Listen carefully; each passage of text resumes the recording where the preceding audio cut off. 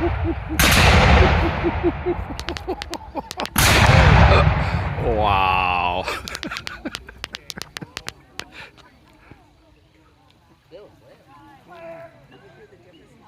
Fire.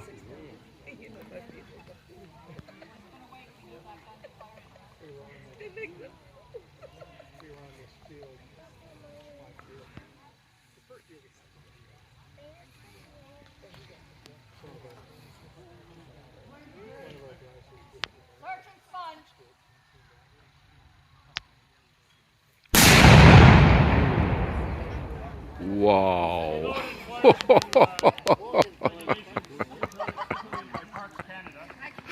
Wow. Long, slender tube, much like a straw, packed with a dry nitrate, so it burns not quite as hot as a road flare, the old type road flares, but it burns very hot.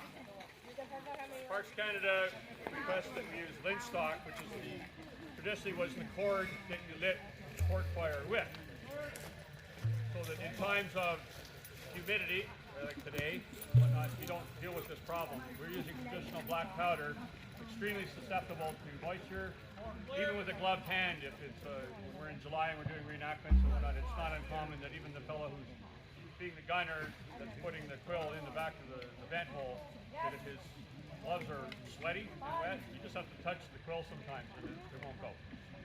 So it can be a bit of a pain, but there's nobody coming down to make our day any worse. So we take our time for safety. And everybody on a gun has a job to do. When a piece like this is fired, and even before we fire it for the first time, you got to go through the routine as if it had been fired. We roll our rounds with a heavy type tinfoil, several layers thick, so that when the gun gets discharged, there's some tinfoil left. Instead of disintegrating totally, it sort of gets wedged against the walls of the back of the breech, the bore. So one of the devices used is the hook of the worm. It looks like a big corkscrew on the end. Gunner puts it in there, twists it around, and you can hear it, and you can feel it grab the foil. And you want to pull that out. You want that out because the foil might have, more than likely, have a little bit of smoldering powder residue in it. We don't want to introduce a brand new charge of fresh powder onto some smoldering embers. Not too smart. So we have to get that out. Historically, the charge that went in was wrapped in a linen type material bag, and it was gessoed with a thick white paint. And on that, they would actually stencil on how many ounces of powder or pounds. On the iron barrel, even brass implements on the brass barrel, you don't want a piece of ferrous metal hitting another piece of ferrous metal while we're opening up a bag of powder, because we don't want to cause potential, very minute, but a resistant potential to cause a spark. We don't want the gun going off prematurely with a man's hand right over the vent. Good for there's a lot of pressure that comes out of the back of the vent. Once the charge is in, and he picks a hole in that charge inside the gun, he introduces what's known as the quill. Fire from the left, 10 minutes interval. Gun number 1, give fire. With a tab hanging off the top with a very finely ground black powder. Fire! Fire! So, a fraction of a second, when the powder gets ignited, the hot flash goes right down into the bag, the charge of black powder. Fire!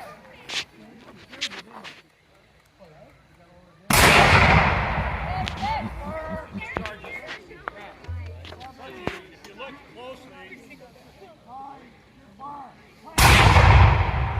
guns are using only a fraction of powder that they would normally do, and we're not even launching a round of it. If you watch closely, you'll see the guns actually rock back a little bit.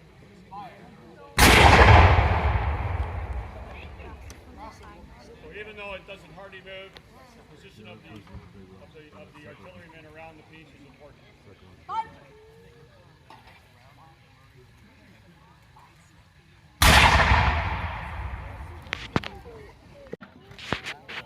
Now it's personal. This is going going to be our last shot. Whoa!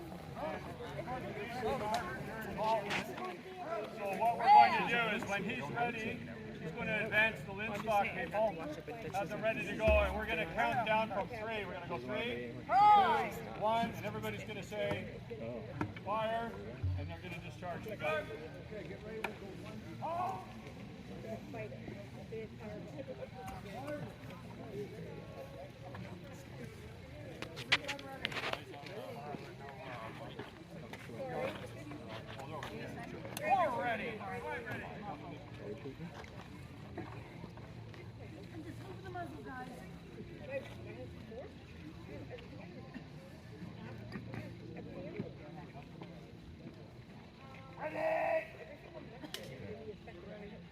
Number 2 ready.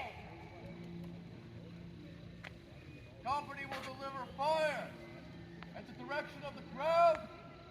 Advance linstock.